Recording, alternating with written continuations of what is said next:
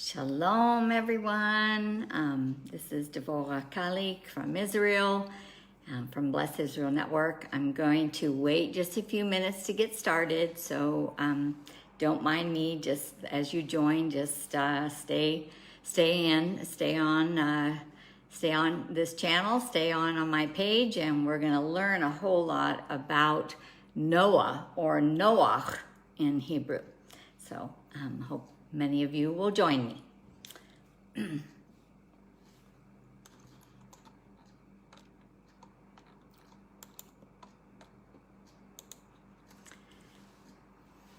waiting for just some people to join, and it's a lovely, beautiful day. Fall is coming in Israel, and we have sunshine, warm days, and cool nights and mornings, and I'm so happy that fall is here. I'm looking forward to the cooler weather after this long, hot, well, it wasn't really a dry summer. It was humid, but it's dry in terms of no rainfall. So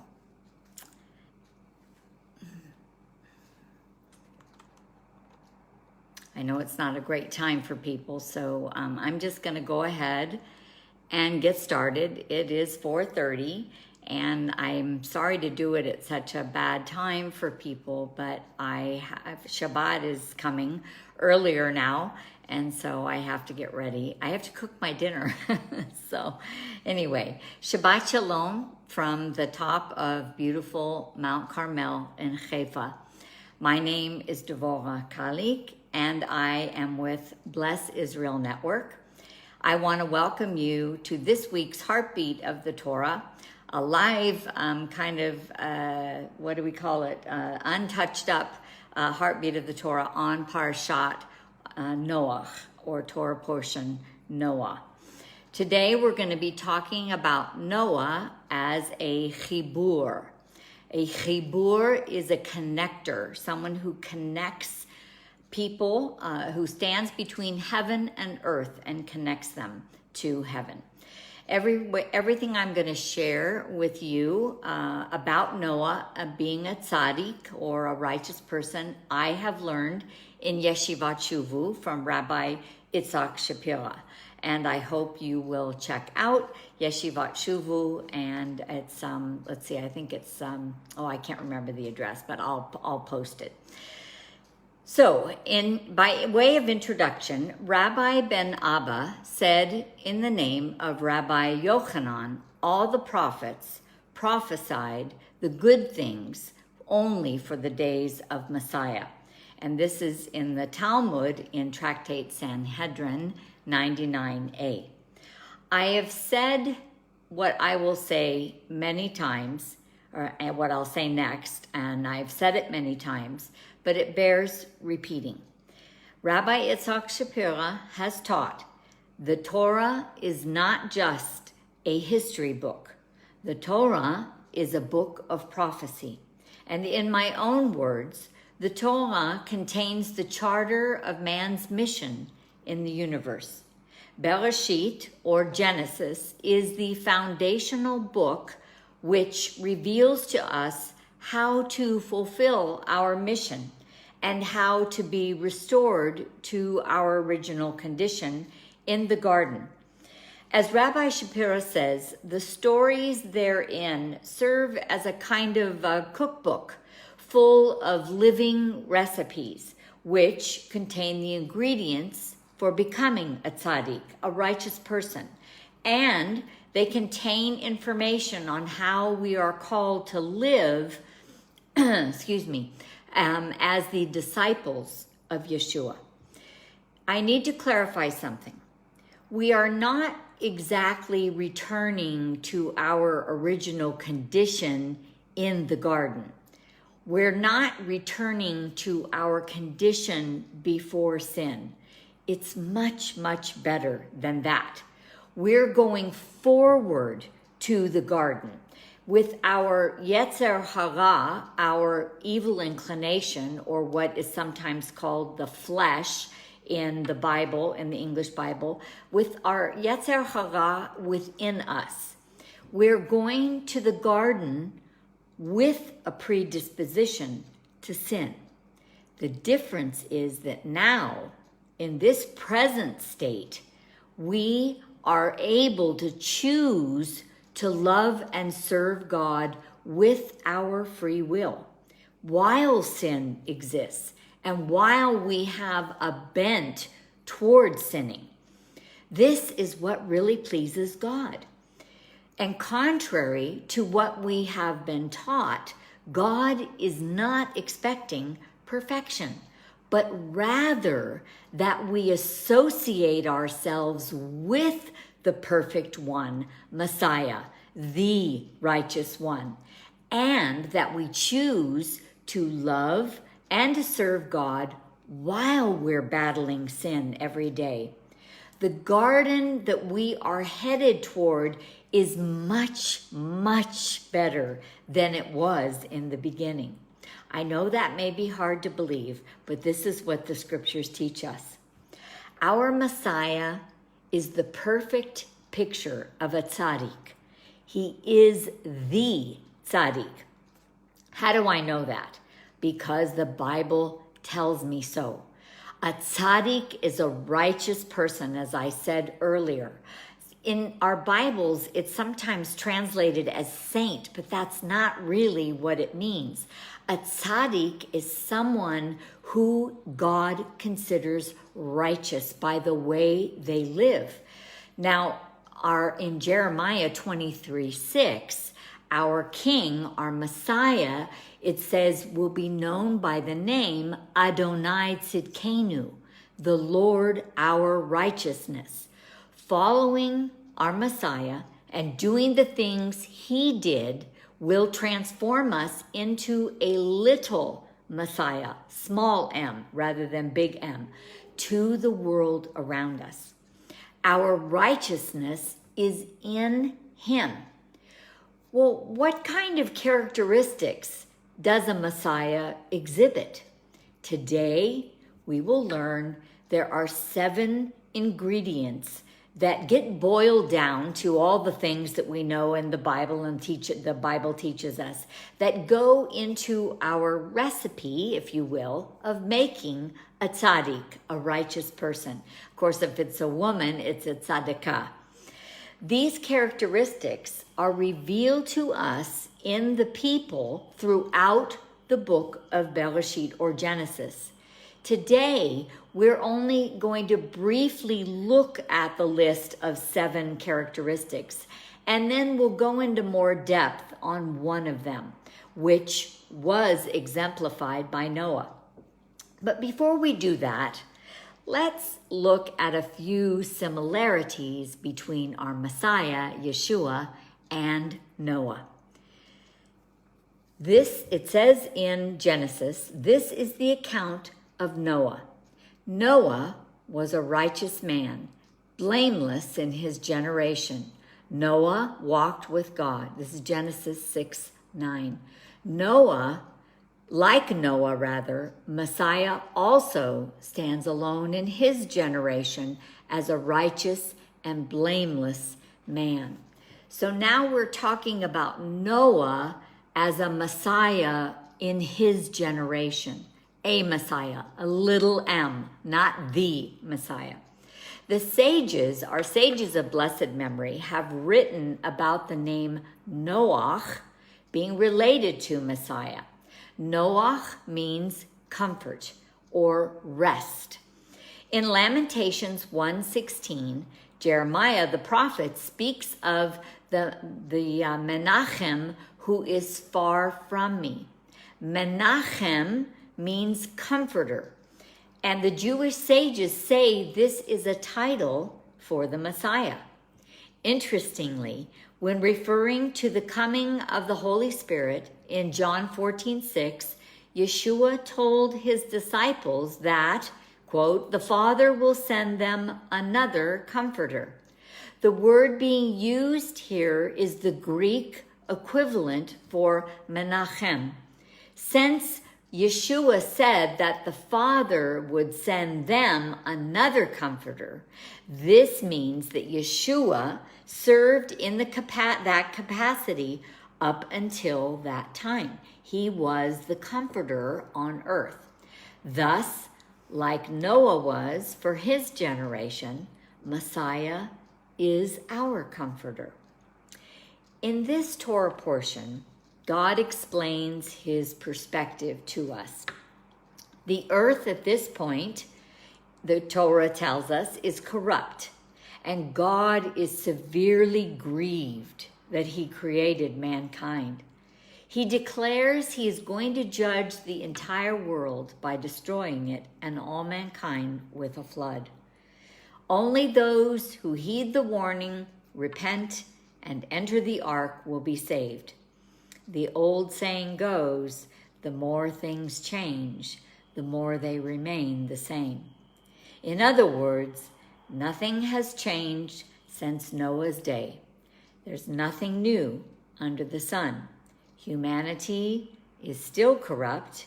In fact, in my opinion, it is a lot worse than those days.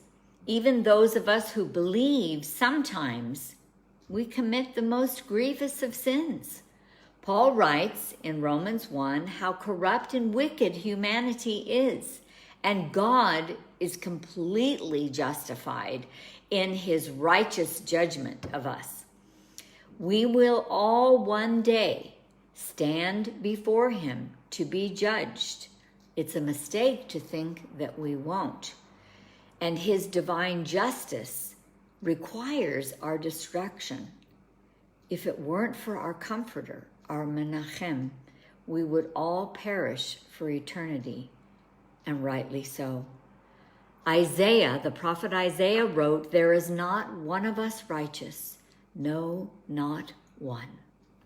And yet, in Noah, God preserved a preacher of righteousness to warn the ungodly and corrupt people of his day to repent of their evil ways. He came to preach repentance. This was his consistent message. I want to switch gears a little bit and talk about why Noah's generation was punished or judged for the sin of robbery. Well, this requires a little bit of explaining. Let's look at Genesis 6:11. It says, "The earth also was corrupt before God, and the earth was filled with robbery." And also verse 13, God said to Noah, "The end of all flesh has come before me, for the earth is filled with robbery through them," through all flesh. Robbery. Why robbery? Is this thievery? Well, we have to look at the Hebrew in verse 11 and 13, which is the word Hamas. Yes, it is the same word that our enemies in Gaza call themselves, the leaders of Gaza. To them, it is an acronym which in Arabic stands for Islamic Resistance Movement. The first time this word Hamas is used here, it is used in the Torah, is used in the scriptures, is here in Parashat Noach. I've taught before that the first time a word is used in the Hebrew scriptures is important. And that word, wherever it appears in other places in the future, there is always an association with that word. The meaning carries through every time you see it. Well, Hamas means to be heated, as in anger. The first two letters, chet, mem, mean hot when we're speaking of the weather or food, not spicy hot, but just hot, warm. And it means here to insult, to do violence, and to rob. Why on earth would robbery be equated with violence? It's interesting to note that our beloved Jewish sages of blessed memory talk quite a lot about this. But the one thing I found the most interesting And the most pertinent for us today is one that is mentioned by Rabbi Abraham J. Twersky, who I have mentioned before, who wrote one of my favorite commentaries called Twersky on Chumash. Chumash meaning the 5 books of the Torah. Chamesh is 5. Chumash means the 5 books. He cites the Midrash Rabbah on Parshat Noach on page 28 of his book and says, the Midrash is a great collection of Aggadic storytelling literature. It's not necessarily exact truth, but of course the principles therein of the stories teach us a truth. So the Midrash states that for 120 years, now this is true, of course, Noah was engaged in building the ark. That's absolutely true. And he warned people that unless they abandoned their corrupt behavior, they would be destroyed. This, of course, is also true. How is it, they ask, how is it that over a period of 120 years, not one individual took Noah seriously? He continues. This is now Rabbi Twersky. The Midrash states that the sin that resulted in the annihilation of that generation was theft or robbery, but it was a unique kind of theft. What in the world could be termed as a unique kind of theft? Isn't it all the same? Well, as he cites the Midrash Rabbah, the great Midrash, he writes, they stole things that were worth less than a peruta. What's a peruta? It's something that has a value, a very, very small value, worth only a few cents. You see, this small amount of theft in Jewish law was too small for it to go to court and be adjudicated in a court of law. This generation of Noah reasoned that since the court didn't recognize something so small as theft, it really wasn't theft at all, and therefore not forbidden. Rashi comes along and says that although they were idolaters and immoral, their doom was sealed only because of a robbery or of a peruta. In other words, this corrupt generation enjoyed inflicting pain on others.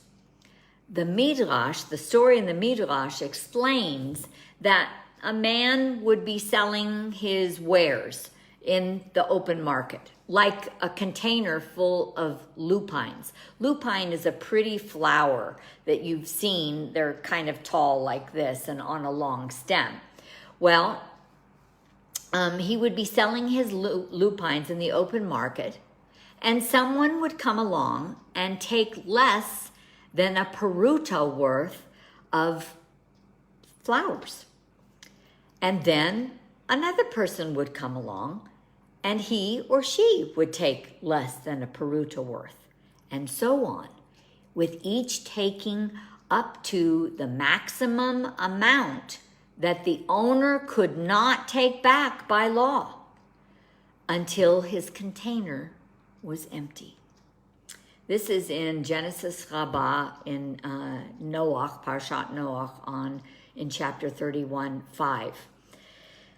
This is the kind of robbery, and I would say violence, against a person that we're talking about. The kind that inflicts pain, desires to inflict pain, and making the victim powerless to do anything about it. Rabbi Twersky goes on to equate robbery and violence with abuse by husbands upon women and children. And I guess sometimes it is the other way around too, that women abuse men, their husbands. There's abuse of widows and orphans, maltreatment basically of people who are defenseless, maltreatment of the poor and those who have perhaps a lesser stature in society. Do we not see this happening today? We have corrupt leaders in just about every country who are robbing their people of their freedoms. The health systems are robbing people of their freedom to choose and to keep their medical choices private. I'm going to spell this so this video doesn't get taken down. The BIGPHARMA companies are robbing people of informed consent because they won't tell them what is in the V's. Big TECH are robbing people of their right of free speech and are silencing them ad nauseum. There are only a few leaders who have stood up to all of this and said they will not allow this kind of abuse and tyranny. I know of 2 world leaders who were murdered after they refused to force the VACCINE on their people. Fine if you want to choose it, no problem, no condemnation.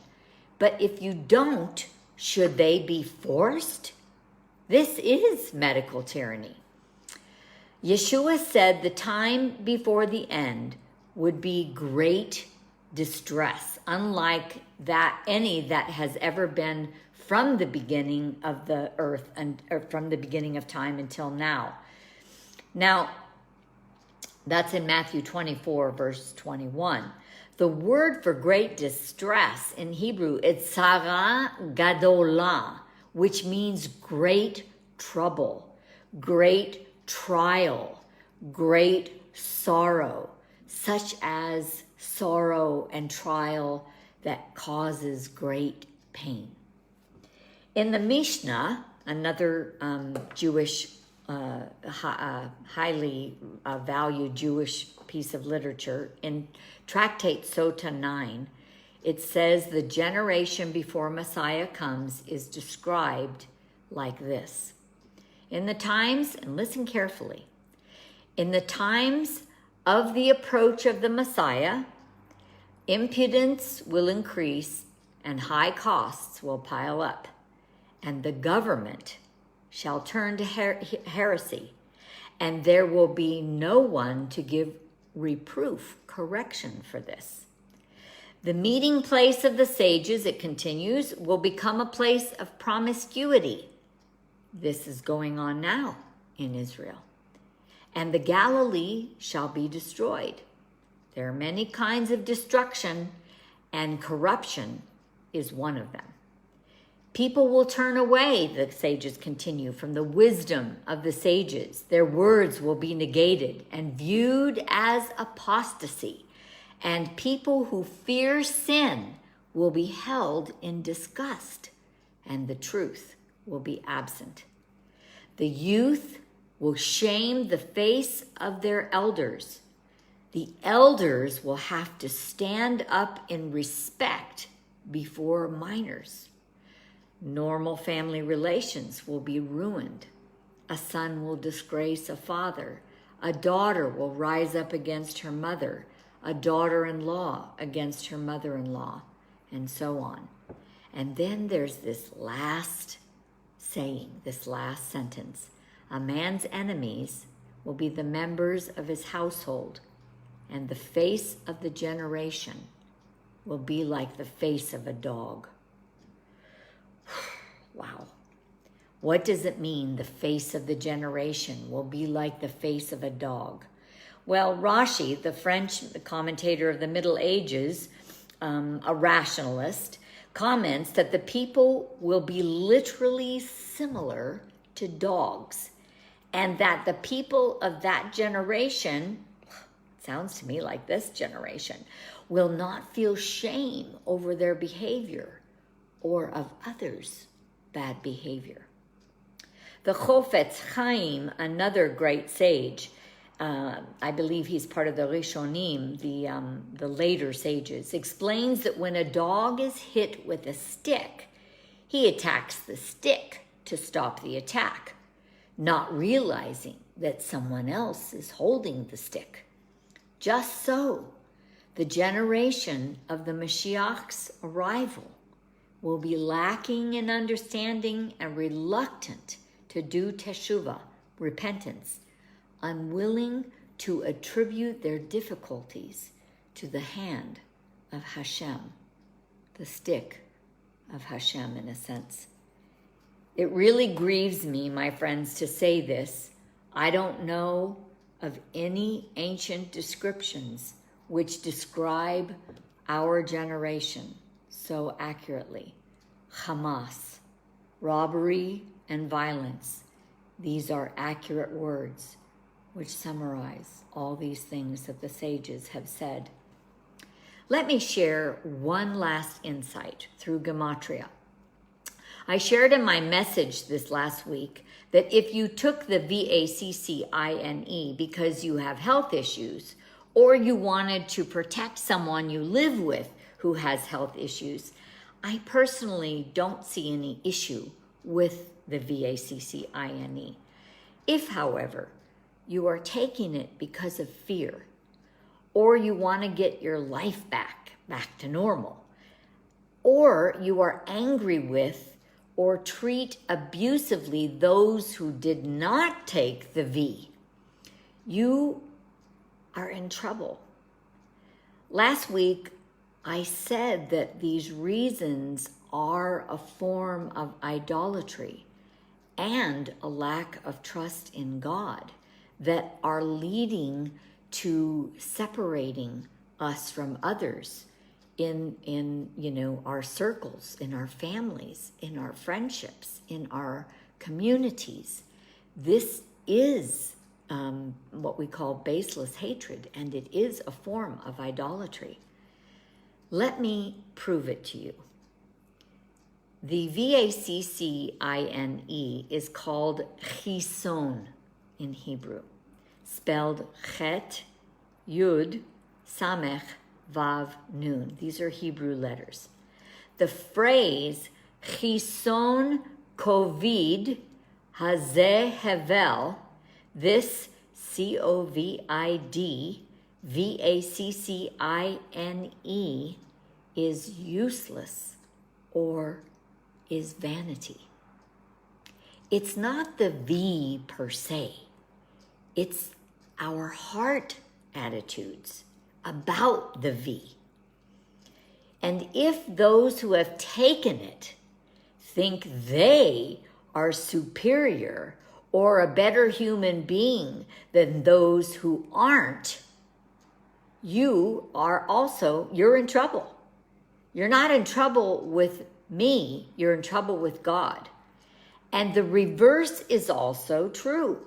For those of you who have not taken the V, if you are looking down upon those who have taken it, if you are disrespecting them or judging them in their heart or calling them foolish or stupid, you are also in trouble. I said this last week. Can't we see that we are all being tested with what's going on today? Hashem is testing all of us. We all need to examine our insides, our hearts, and on a continual basis. And I'm including myself in this. I can't tell you how many times I have had to repent before God because I too have had a wrong attitude. Okay, well, I've had enough of the negative. How about you? Our sages always say, don't ever end a commentary or a teaching on a negative note. Let's look at something positive. Let's talk about the antidote to Hamas, to violence and robbery. We're going to talk now about 7 principles of a tzaddik. Now, don't worry, we're not going to go into detail on each one. We don't have enough time. I'm only going to talk in depth about one, but I want to explain the 7 to you briefly. We're going to look at Noah as an ish tzaddik tamim, And I'll tell you what that means in just a few minutes. There are 7 principles of a tzaddik as revealed in the book of Bereshit, or Genesis. I'm teaching you again what I have learned from Rabbi Yitzhak Shapira in Yeshivat Shuvu. I'll be quoting him a lot.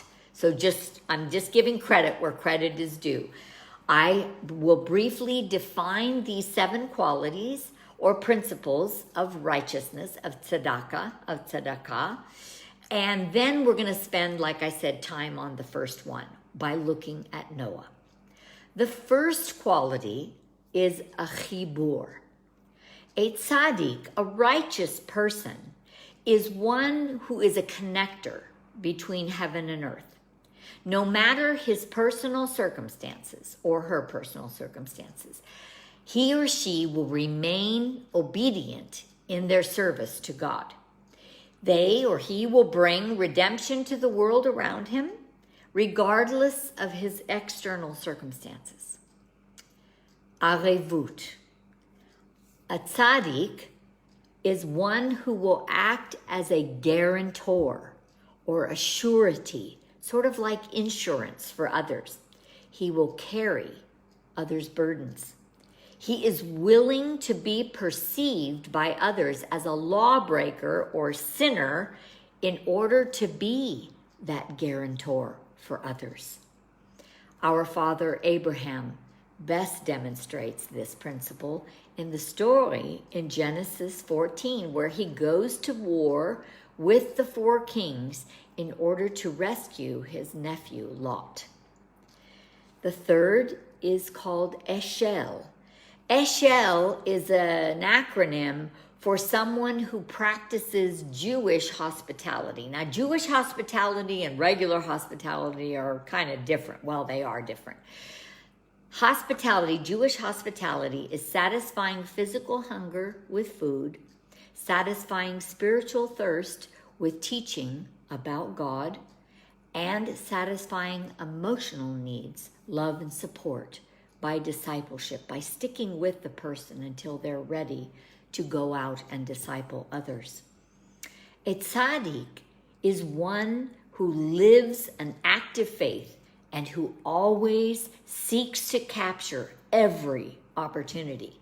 He's looking for others who are in physical and spiritual need, staying the course with them and to be sure that they will go the distance on the right path. This is also demonstrated by our father Abraham, who primarily in the story of Genesis 18 helped out or fed and took care of the 3 malachim or men who visited him. Okay, the fourth is avodah. This means service. A tzaddik understands that he must put aside his own will and desires to serve and fulfill the Master's, God's will and desire. He is an eved, a servant, and he lives to serve the Master, who is God. This was first demonstrated by Abraham's servant Eliezer by the way he served his master Abraham. The fifth one is pritza. A tzaddik is someone who experiences breakthroughs. Breakthroughs, that's what pritza means. It's a breakthrough. Breakthroughs by overstepping his perceived boundaries so that this person will be perceived as a thief to many. This principle is demonstrated in the story in Genesis 38 with the birth of one of Judah and Tamar's sons, Perez. The sixth quality is nehora. A tzaddik walks in great discernment, being able to distinguish between the true light, who is Messiah, and the false light, who is the Satan, the Satan, the adversary, who parades as light. Messiah is the ultimate nehorah. Nehorah means light in Aramaic.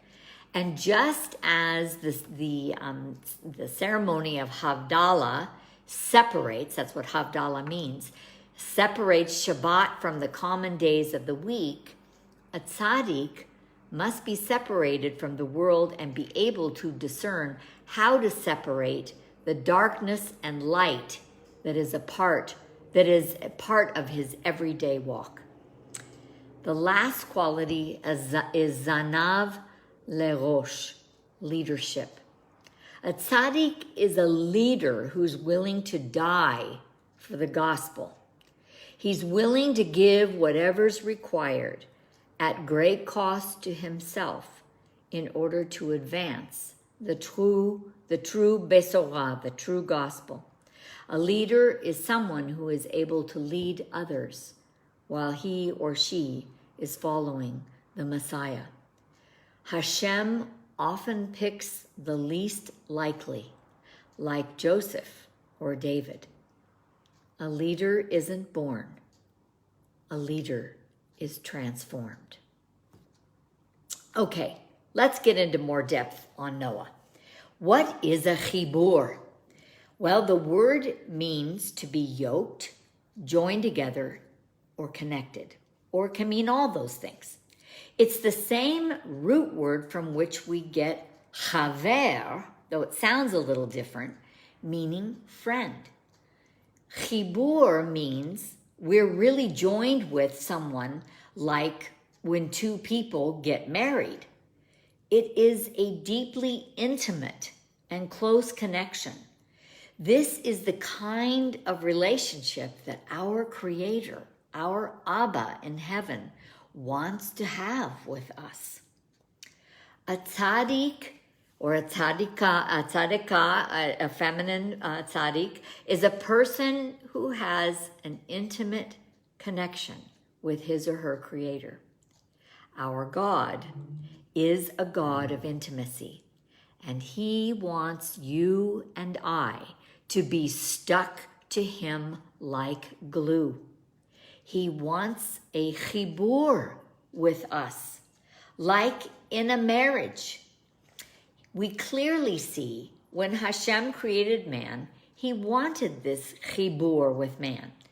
Returning to the idea of man being created in Hashem's shadow, which I shared last week, we can't become separated from our own shadow. It goes wherever we go. This illustrates the fact that our Creator meant for us to be close to Him and to look like Him, to act like Him. Where He goes, we go. What He does, we do. What He says, we say, and so on. Adam was meant to be the blueprint for all mankind. And through Adam, God intended to have this friendship and partnership with us. He put it into our DNA, so to speak, not necessarily our physical, although there's some controversy about that, but that's a talk for another time. But sadly, the connection between God and man was broken by the sin of Adam, though not forever. Ever since that broken relationship, that broken cheebur, God has been trying to restore that cheebur, that connection with the human race through people who have a cheebur, a connection with Hashem. Noah is a great example of a cheebur in the Bible. Though his generation walked in darkness, Noah continued building the ark and sharing about the coming flood so people could be rescued. Though he was scorned, rejected, and laughed at, he never ever stopped doing the work, the avodah, for 120 years. God commanded him to do it, and he did it. He did not let his circumstances, the scorn, the ridicule, the rejection, to interfere with his obedience, his avodah to Hashem. It's interesting because some of our sages, our Chazal of blessed memory, say that Noah failed in his task because no one except his family went into the ark with him. He's criticized because some of them say he didn't clearly tell what was going to happen, but waited for people to ask him what he was doing, what he was building. But the Midrash of Sefer HaYashar, the book of the straight, or the, I forget what the other term is, but says that he and Methuselah were the last two righteous men left on the earth, and that God spoke to them and told them he was going to send a flood. God instructed them to say it and cry it out loud among the sons of man, saying, "Thus says the Lord, turn from your evil ways and abandon your wicked actions, and the Lord will not send the flood. Behold, I give you 120 years. That's what God said according to Sefer HaYashar, the book of the straight, or the book of the righteous.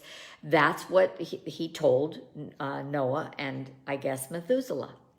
And the Midrash records that Noah and Methuselah proclaimed all the words of the Lord unto the sons of the men day after day, unto the sons of men day after day, through all that time, 120 years. But the sons of men would not listen. Sounds a little like today. Thus, this week's Torah portion records, Ele toldot Noach. Noach ish tzaddik tamim haya bedorotav. These, in English, these are the generations of Noah. Noah was a righteous man, blameless in his generations. Noah is described with the words tzaddik tamim. This is the first place in the Torah that the word tzaddik is used, and it's the first time tamim is used. I've already told you what tzaddik means. It means a righteous one. Tamim, tzaddik means a righteous one. Tamim means blameless. Noah lived in a completely fallen world. This is remarkable that the Torah mentions this about Noah. When the world around him was so dark and godless, he is declared to be righteous. A tzaddik, my friends, is not sinless. A tzaddik is one who walks in an environment of light, remember the nehorah, despite the darkness around him. A tzaddik can discern between the true light and the fake light, the false light. And so what is it that makes a person a tzaddik? It's the word tamim.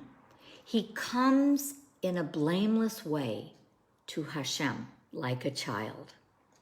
Tamim does not mean sinless. Tamim can mean perfect. But again, it's not being sinless. It's not perfection the way we think, but being perfect in our association with the one who is sinless, Messiah Yeshua. Can we be a tzaddik or a tzaddikah today? Yes. Yes, we can. First of all, our world is very dark today. And sadly, it's getting darker all the time. We can be a tzaddik compared to the darkness of our generation. We can be a tzaddik because we approach Hashem like a child in our faith, trusting in Him. We can be a tzaddik because we are tamim, perfect in our association with the tzaddik, the Messiah of Israel. Noah was despised, rejected, and scorned by his generation, just like our Messiah was. Noah was accused of failing in his mission because no one entered the ark with him and his family, just as Messiah Yeshua has been accused of failing in his mission because he did not finish the job. He did not bring the complete redemption, the complete Geulah, nor did he rebuild the temple, nor did he destroy all of Israel's enemies. It's also more than interesting that Noach has the same gematria as the curse that has been put on Yeshua's name, Yimach. Yimach has a value of 58, and so does Noach. Rabbi Shapira has pointed this out many times. The full curse is Yimach Shemo Vezichro. May his name, it means may his name be obliterated from remembrance. Noah is the first Messiah-like figure in the scriptures. And though all of the people around him didn't repent and didn't come aboard the ark, through Noah's connection, his Cheebur with the Creator, the entire human race was saved from being destroyed. We are here because of Noach's Cheebur with God. Well, there's something else I want to point out in Gematria, and that is the phrase, Ish tzaddik tamim, in the first verse that I read to you, has a Gematria of 1005, and it reveals an amazing truth. It is the same as the phrase Mashiach ben Yosef and Mashiach ben David. But there's something special about the spelling for the names of Yosef and David. The letter He is added to Yosef, making it Yehosef, as seen in Psalm 81:6. You can see it in the Hebrew in Psalm 81:6.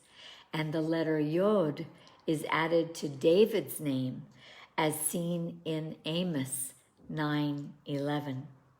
Our sages say that the letter He was added to Yosef because he sanctified God's name in secret when he declined the seductive efforts of Potiphar's wife. It was done in secret. No one saw it except Hashem, and no one knew it except Potiphar's wife. And of course, she lied about what happened. Messiah Yeshua also sanctified Hashem's name in secret when no one recognized him as Messiah as he suffered for Israel's sins.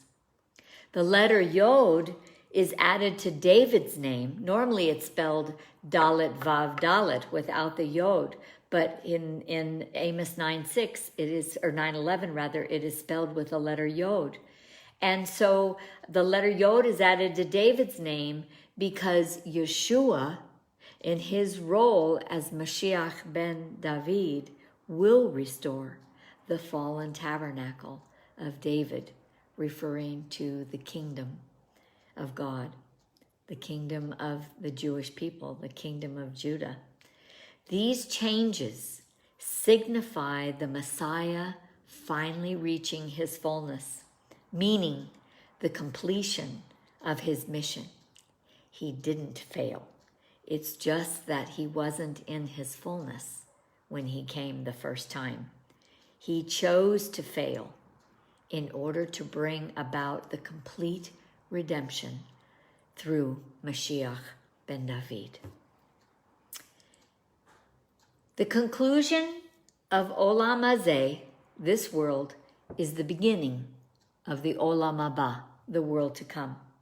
The book of Bereshit, of Genesis, is a blueprint, a cookbook, showing us the way of righteousness and how to be transformed to the pattern and image of Messiah, as it says in Romans 8:28 and 29, while we build the kingdom of God.